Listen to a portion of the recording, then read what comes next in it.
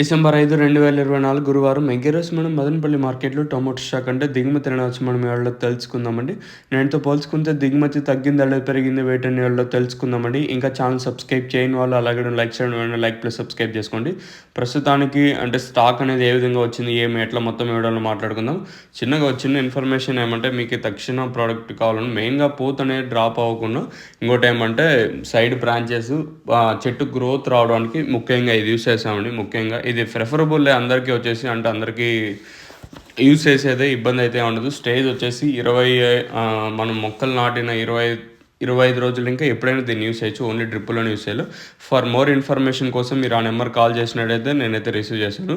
ప్రస్తుతానికి స్టాక్ విషయానికి వచ్చినట్టయితే నేటితో పోల్చుకుంటే దిగుమతి తగ్గింది. ఓవరాల్గా తీసుకున్నట్టయితే మనం ముందుగా టీవీఎస్ మనీ లైన్లో మాట్లాడుకున్న దిగుమతి తగ్గింది. అలాగే జీపీఆర్ మనీ లైన్లో మాట్లాడుకున్నా కూడా నేటితో పోల్చుకుని దిగుమతి తగ్గింది.